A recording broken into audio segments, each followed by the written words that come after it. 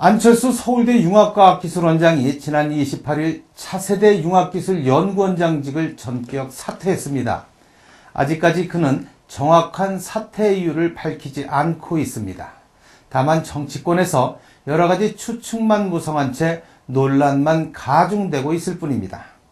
하지만 경기도민들은 안철수 원장의 설명을 듣고 싶어 합니다.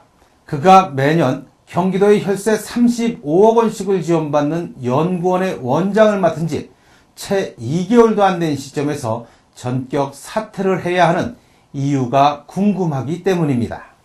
특히 서울시장 보궐선거에서 박원순 후보를 공개적으로 지원하고 선거가 끝난 뒤 이틀 만에 또 경기도의회의 행정사무감사를 10여일 앞두고 경기도민에게 아무런 말도 없이 원장직을 내던졌습니다.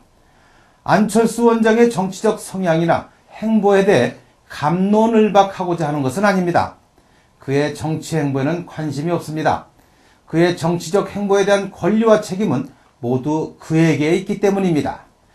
다만 과학도로서 또 학생을 가르치는 교수로서 경기도가 지원하는 연구기관의 장으로서 그가 2달 동안 이룩한 성과에 대해서 또 사퇴를 해야 하는 이유에 대해서 적어도 경기도민들에게만큼은 설명이 있어야 합니다. 그는 취임하고 2달 동안 무슨 일을 어떻게 추진했는지, 또 경기도의 융합과학기술에 대해서는 어떤 비전을 제시했는지 자신의 구체적인 구상도 밝히지 못했습니다.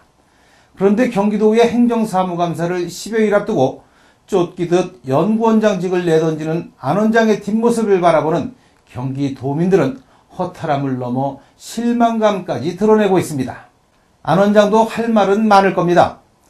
이번 서울시장 보궐선거를 통해 그의 위상이 높아지면서 여야 정치권의 압박이 더욱 거세지고 있는 만큼 어떻게든 행로를 결정해야 하는 고민이 클 것입니다.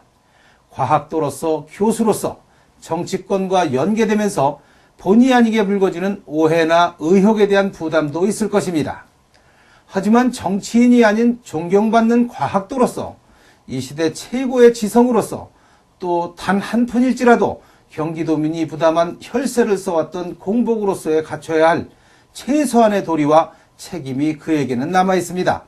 졸지에 원장이 사라진 연구원도 당장 사업 추진에 구심력을 잃고 당분간은 갈 길도 제대로 찾지 못할 게 뻔한 상황입니다. 시작이 어떻게 됐든지 단 2달이지만 경기도와 인연을 맺었다는 사실은 안철수 원장이 정치적으로든 과학도로든 또는 교수로든 앞으로 어떤 행보를 하더라도 항상 따라다니는 꼬리표가 될 것입니다. 그 꼬리표가 앞으로 그의 행보에 짐이 될지 덤이 될지는 전적으로 그의 몫입니다. 갑작스럽게 사퇴한 안철수 원장이 경기도민에게 사퇴 이유를 설명해야 하는 이유도 거기에 있습니다. 고맙습니다.